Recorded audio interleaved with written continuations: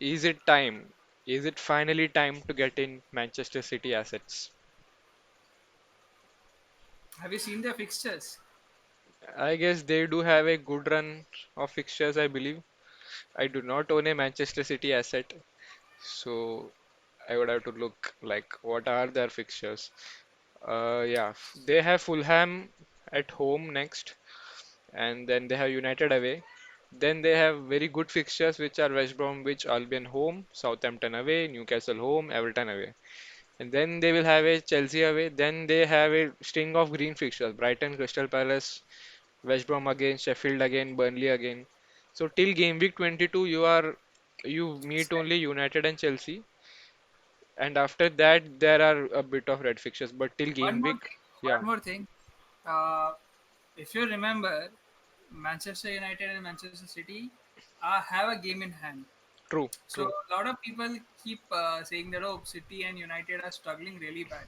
So yeah, one thing I have to say about this season is that the difference between first, right, yeah, and 16th is 11 points, right? true. United are ninth with 16 points and a game in hand. So if they cover up that difference, you Hmm. know what, they will jump from 9 to third. Third, So that's and City, they're 11th with a difference of 1 point between United and City. yeah. So that's those are fine margins, like really really fine margins, Hmm. and like this season has been really crazy. Yeah. And United having a 0 goal difference speaks a lot about that.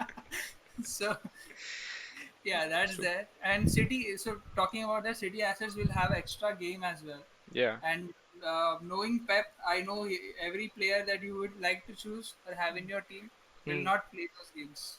That's the thing. That's the thing.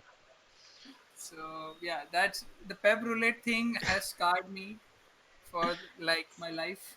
Hmm. And the only player you can trust is KDB. Yeah. And recently he came out of the interview and said that okay, KDB is kind of mentally exhausted, Yeah. not physically, because he would turn pink, but he didn't turn pink. But he's mentally exhausted. So yeah, when you hear that, you know. So some newcomers will think, okay, KDB will be rested, but you know he's going to play 90 minutes. That's that's the that's thing. Pep Guardiola for you. True, true, true that. So, So I would say KDB against Fulham. mhm. Everyone was like, okay, KDB for Fulham, instant guaranteed haul, 10 plus points. Mm. Then Fulham and went and did a madness against Leicester City. Yeah, yeah. So now everyone is like, oh, hmm, Mm. what do So, you do now? yeah. Internally, I feel it's like we talk about KDB as the main thing for uh, City, but somehow something inside me says that Sterling will do something in the next few game weeks. I jinxed it, but he didn't start the last game. I noticed that. Sterling died after the 2017 FPL season. No one has heard of him after the January of 2018. It's like he's gone after the whole racism thing with England and the Yeah, fight between the this and so on. He has gone down in form. true. The form thing is pretty bad because I remember watching a game. It was a CL game, I guess, wherein he missed like an open goal, like a little open goal. And after that, I have not seen the best of Sterling yet. But the thing is, you Yeah, never know what would happen with the city assets because I was browsing through Reddit that day and someone ranted about Mahrez. They had him since the start and he hadn't returned, and he is a bit pricey asset. So they just ranted and just removed him out of the team. So what did Mahrez do? Mahrez went on and scored a hat trick. So you never know when a city asset will come and bang the goals, but you also never know when they will start or when they will be benched. So that's one thing you have to consider when you are playing with city assets. And they are also playing UCL on Tuesday, and then they will play PL games on Friday or Saturday. So it's a bit congested fixtures, obviously, and Pep will love it. He likes to shuffle the team a lot. So if you're looking, my pick would be, if you're looking forward for City assets, the only two safe picks right now would be KDB and Ederson. And Ederson might Ederson and Pence. Ederson on pens. They talked about Aguero as well. Aguero didn't feature in last game because he's still recovering and he still feels something in his knee. That was the best quote of the week. I like went to the FPL Reddit after Yeah, one. yeah. Everyone was the exact words he said is he had a disturbance in the knee, and everyone was like, "I was a great striker, but then I had a disturbance in the knee." That quote, that was very well done. Typical knee jerking from Aguero. So yeah, it will be interesting how Aguero is eased into the team as well. He will start getting a few minutes of Jesus. So that's another thing. And looking at the way the fixtures are stacked up, I think it will happen soon or enough. So that's so. We have a Liverpool fan here as well, for whom City are the biggest threat. So what is your say on this, Oren?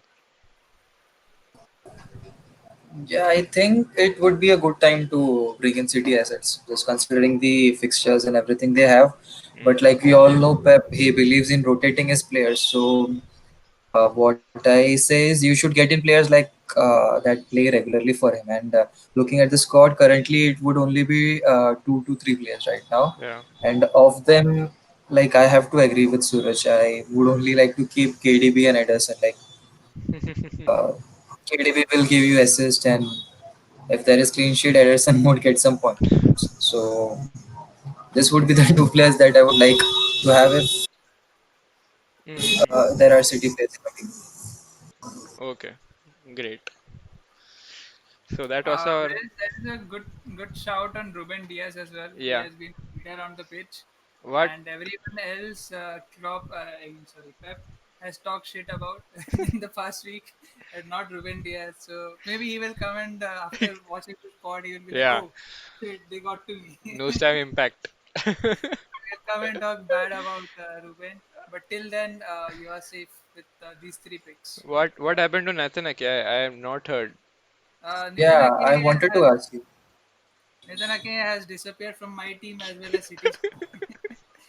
So I got in a certain player who chills in my team called Chilwell, and he has been the most chill pick of all Yeah, time. if He you look, has become Trent Alex Arnold of 22 seasons ago for me, yeah, and has become like the forgot that what is the left back Chelsea left back who doesn't play anymore, who crashed his car. Milner.